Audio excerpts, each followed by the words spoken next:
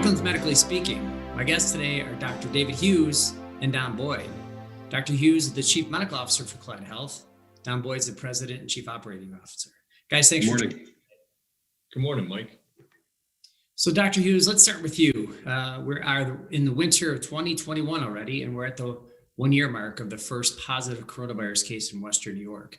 Now, looking back from a medical perspective, describe what it's been like, and in terms of expectations and all things that physicians have had to face. What's it been like? It's been a long year, Mike, frankly, and the changes that we've experienced over the last year are really unlike no other disease process I think that we've seen probably across the world. We went from a virus that it was unclear in the beginning on what the impact across the United States was going to be in particular, but certainly across the world. We've seen therapeutics change. We've seen treatment options change. We've improved over the course of a year in how we address the illness itself.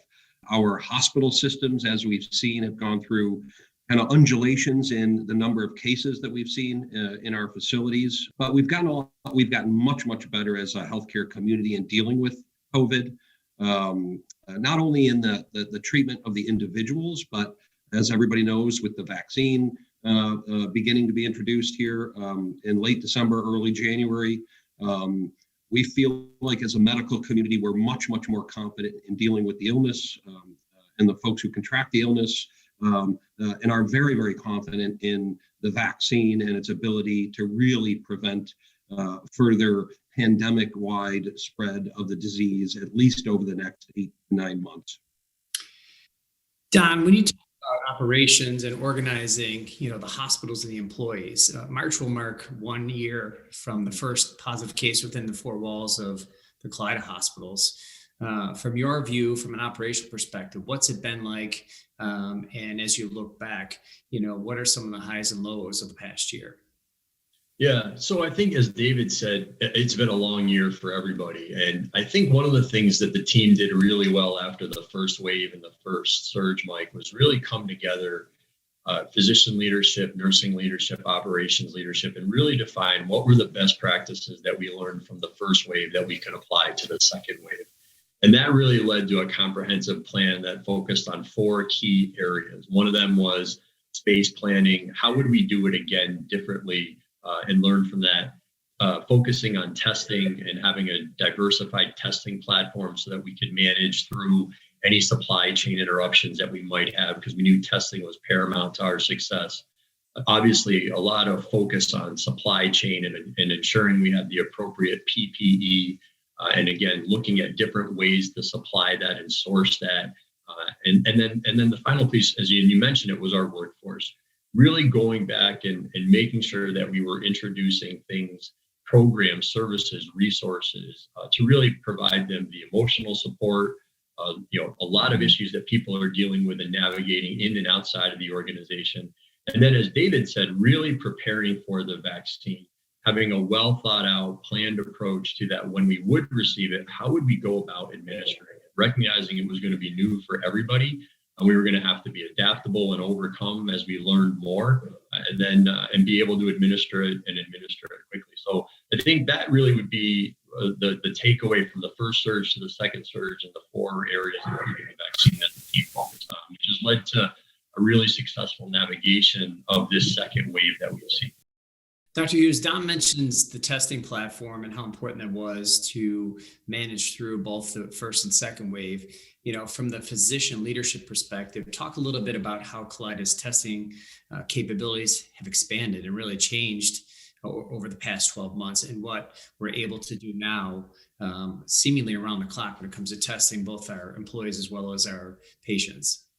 Sure, Mike, and I'll tell you, Don, very much instrumental in the testing and the testing platforms that we acquired over time.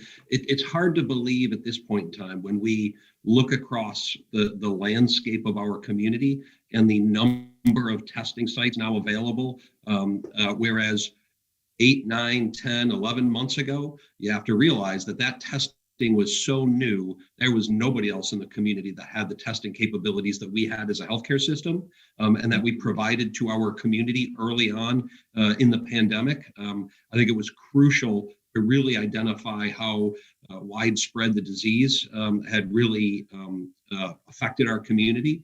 So early on in the process, we diversified our testing platforms, as Don had mentioned, that allowed us to address any supply chain issues. And there was several months in the early pandemic days that we were really the only ones doing any significant quantity of testing across the community, frankly. We feel as a healthcare system that we stepped up when the community really needed it early on in the process, made significant investments, supported the community across the entire 8 counties of Western New York. And then as it transitioned to others being able to bring on testing in multiple different fashions, we shifted those resources into vaccinations. So Don, before we get into vaccinations, I want to ask you a little bit about elective surgery. The state over the past year put elective surgeries on pause twice. The second time was not as long as the first time back in the spring.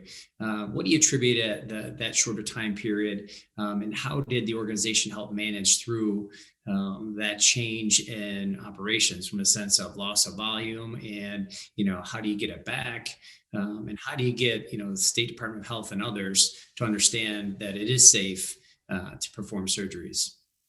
Sure, Mike. To your point about the second pause being shorter than the first, I think it relates to a number of things. One is, we mentioned it, that applying the lessons learned from the first wave to the second wave. So we talk about in the organization dual systems of care, developing the capabilities, the processes, the structure to be able to care for COVID and non-COVID patients at the same time, from a clinical and an operational point of view. And so the team worked really hard across those 4 dimensions of space planning, staffing, supplies, and testing to be able to demonstrate a plan and a capability to be able to take care of both of those patients simultaneously. And we did that. And we think that significantly contributed to this second wave, or the second pause, being shorter than the first. I think it also is found in our physicians' ability to adapt in the care and treatment, and learning how, and David could speak more to that, about some of those lessons learned, which has created a different experience clinically. And then I think the last piece, Mike, was a lot of advocacy. And you mentioned it, the relationship with the New York State Department of Health. One of the things that we identified as a team in partnership with the department was the ability to discharge patients from the hospital to the next level of care, in particular a nursing home, and really demonstrating how we could do that safely, how we could do that effectively with the appropriate protocols in place. That led to the creation of some COVID positive only nursing homes in the community that allowed us to discharge those patients into those settings when they were appropriate to do so, that reduced the strain and stress on the healthcare system, that allowed us to be able to restart elective surgery, I think, much more quickly than we were able to the first time. Dr. Hughes, the organization has managed through that second wave, and the inpatient COVID admissions seem to be coming down. A part of that at this point seems to be the vaccinations that are underway. Early on, there was a lot of frustration, a lot of misinformation, a lot of miscommunication from all levels of government as to who's getting the vaccine, why, and how, and all that. But if you can, from a clinician's perspective, can you explain to the viewers there why it was so important, first and foremost, to vaccinate the healthcare workers, starting with those in the front lines here at Kaleida Health? Yeah, certainly. I mean, our frontline workers over the course of the past year have really been put in, they've gone out and basically risked their lives to manage patients in our facilities. We were fortunate enough within Kaleida in particular to have done a very good job of protecting our workforce from a PPE standpoint. We had relatively very few healthcare workers that ultimately were infected. The longer, though, that those healthcare workers and frontline staff were really in contact with COVID patients in the hospital, the better the chances that they may or may not contract the disease itself. So the most important thing from a community standpoint was to get those individuals vaccinated so that the workforce that does manage us as when we get sick in the hospital is first and foremost protected against the virus itself. That positions us then to really start to manage what's coming into the hospital, how we discharge into the community. Ultimately, if you don't protect those people and how our workforce in the healthcare system itself is threatened, it puts all of us in jeopardy over the long run.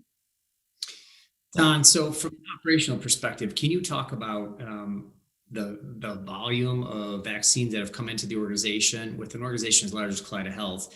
How does that happen, and what kind of numbers are out there in terms of people who have to be vaccinated? Sure. So we received our first vaccines at Kaleida Health back on December 14th, and we actually began administering them that same day. Since December 14th, Mike, we've received just over 18,000 vaccines into the Kaleida Health organization across our various sites. And some of those vaccines were dedicated to our phase 1 priority staff and physicians and providers, but some of those vaccines were also allocated or dedicated to other community healthcare workers, EMS, behavioral health, funeral home workers, et cetera. So we've administered over, there's 10,000 phase 1A Kaleida Health prioritized employees, physicians, and staff. We've administered over 9,600 first doses at this point. About 5,000 of those are to Kaleida Health employees, about 1,900 are to physicians, medical staff members, and then about 2,500 of those are to community healthcare workers. And we've done that across not only at Buffalo General, Millard, Fillmore, Suburban, and at DeGraff. And I just want to say I'm really proud of the team at Kaleida and how thoughtful they were and how comprehensive the plan is that they put together and that they've implemented.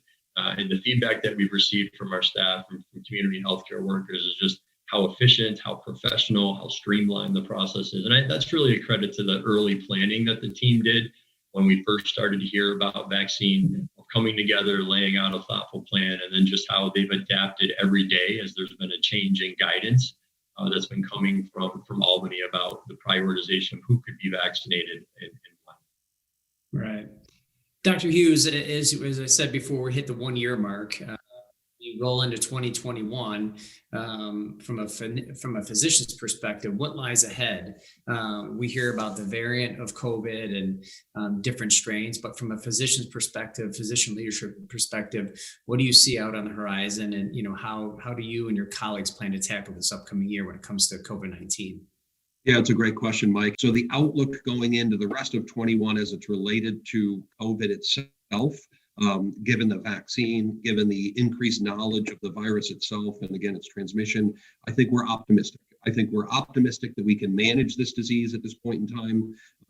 Don had mentioned that this second wave, absolute numbers of hospital admissions, of number of cases was an order of magnitude higher than what they were in the spring. And I think our demonstration that we can manage these dual tracks of care within the healthcare system has worked out as well as it could. So I think the best word going forward is a positive attitude and a positive outlook on what the rest of 2021 looks like from a COVID perspective. Don, same question for you from an operations perspective. My guess is that you would hone in on the dual systems of care because COVID-19, it seems, is not going to go away anytime soon, and it will take a while for us to get back down to the very low numbers of patients that we have hospitalized for COVID-19. When you look at it from your perspective, what lies ahead for the year, and how do you guys plan to tackle it from an operations perspective? Sure. So I think David said it well. There's real confidence in the organization, and we've demonstrated applying those best practices from the first wave to the second wave and really being able to care for both COVID and non-COVID patients at the same time. And to do that through a period of a surge, and then also do that through a period of a decline in the number of cases, which is what we're seeing now. So as we look ahead, Mike, the restart of elective surgery, applying those lessons from the first time around and being able to bring those patients back into the hospital that need that care. And then I think the next step is really, turning our attention to the implementation of our strategic plan as we look out into the horizon about how we continue to position Kaleida Health for success in a changing healthcare environment. And so I think David said it. When the vaccine came, there was real energy, there was real enthusiasm, real optimism that we had another tool in our arsenal to be able to really fight COVID and to crush COVID. And I think when you partner that with the demonstrated success of caring for patients at a significantly higher level than we did for the fall, there's real energy and optimism about the rest of the year and how we're going to go forward as an organization and as a team. Final question for both of you guys. First, Dr. Hughes, for you, any special message to your colleagues, your physician colleagues that are out there on the front lines that have been dealing with COVID-19 over the past year? Yeah, absolutely. And it's not a message just for providers and it's for everybody within the system and frankly, the community, a big thank you. People stepped up. When I look back and think that we had over 450 volunteers to be on the front lines of our COVID response, that's putting their lives on the line and that's stepping up for our community. I think the people within our healthcare system, within Kaleida Health, have been absolutely incredible. And my only thing at this point in time is thank you. It was impressive. Well said. Don, how about you? The workforce? I agree with David. He said it very well. Just a very genuine, heartfelt thank you. When you look back over the last year, Mike, there's a story every day that David or I or countless people across the organization could point to of someone just stepping in, stepping up and doing the right thing and doing it without being asked. And it says a lot about the team and the people that are drawn to healthcare, but in particular, the team at Kaleida Health. Could not be more proud of them for what they've done, but I would say even, Mike, for how they've done it. It's just truly been remarkable. Great insight and great information today, gentlemen. Thanks for joining us today on Medically Speaking. Thank you, Mike. Thank you, Mike.